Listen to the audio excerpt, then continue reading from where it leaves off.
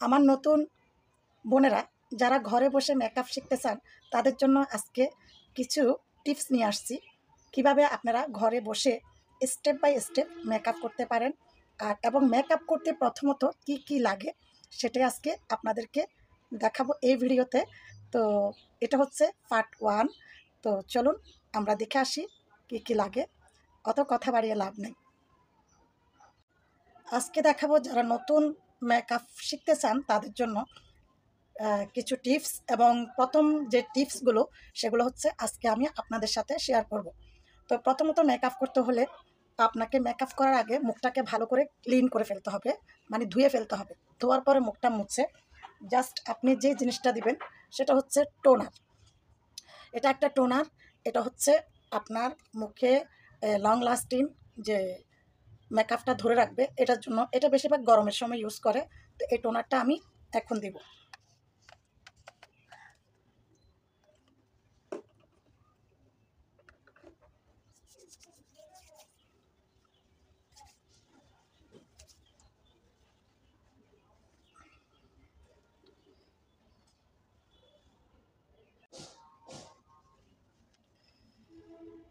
তো টোনার দেওয়া শেষ।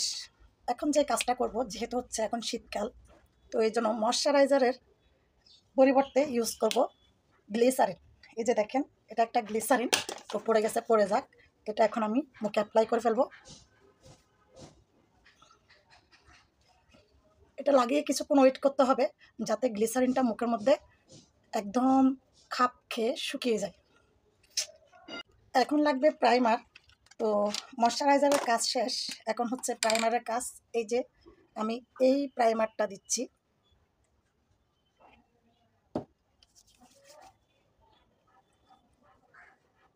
এটাও মুখে অ্যাপ্লাই করে নেব, সেম টু সেম। এটাও মুখে অ্যাপ্লাই করে কিছুক্ষণ অপেক্ষা করতে হবে যাতে মুখে সেট হয়ে যায়, একদম শুকিয়ে যায়। তারপর আমি যে প্রাইমারটা দিব, এটা একটা প্রাইমার দেখতে পারতেছেন। এই প্রাইমারটা দিব। এটাও সেমভাবে মুখে অ্যাপ্লাই করে নেব।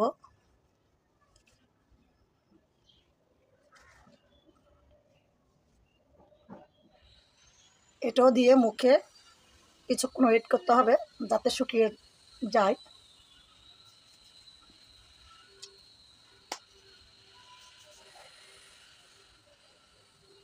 তো জাস্ট আমার প্রথম স্টেপগুলো শেষ। এরপরে হচ্ছে আপনি মেকআপ দিবেন, তবে এই মেকআপের স্টেপগুলো আমি আবার দেখাবো পার্ট 2-তে। এটা হচ্ছে পার্ট 1। মেকআপ যারা নতুনভাবে শিখতে চান শুধুমাত্র তাদের জন্য, যারা ঘরে বসে মেকআপ শিখতে চান শুধুমাত্র তারাই। তো তাদেরকে বলবো অবশ্যই পেজটা ফলো করে পাশে থাকবেন, এবং ইউটিউব চ্যানেলটা সাবস্ক্রাইব করে পাশে থাকবেন, টিকটক আইডিটা ফলো করে পাশে থাকবেন। আর এটা হচ্ছে homemade for shower night cream. যারা নিতে চান অবশ্যই পেজের ইনবক্সে মেসেজ করবেন, টিকটকের ইনবক্সে মেসেজ করবেন, এবং ইউটিউব চ্যানেলের কমেন্টে মেসেজ করবেন যদি নিতে আগ্রহী হন।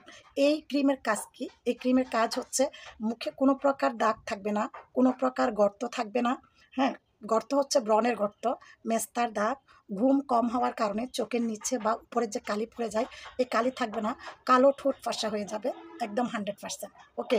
আর আমার মোবাইলটা আদৌ ক্যামেরা ঠিক নয়, এটা অনেকেই জানেন। আমি এখানে কিন্তু কোনো প্রকার ফিল্টার ইউজ করি নাই। এই যে দেখতে পারতেছেন, কোনো ফিল্টার নেই। আমার হাত দেখেন, এই যে কোনো ফিল্টার নেই।